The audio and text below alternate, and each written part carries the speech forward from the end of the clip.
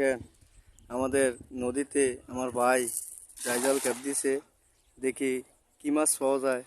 আপনারা ভিডিওটা দেখবেন। এখানে জাল টান দিব, জাকি জাল। দেখেন কি মাছ পাওয়া যায়, দেখেন আপনারা। টানতেছে, এই দেখেন গুড়া গুড়া মাছ পেয়েছে, চিংড়ি মাছ, বিভিন্ন পদের মাছ। দেখেন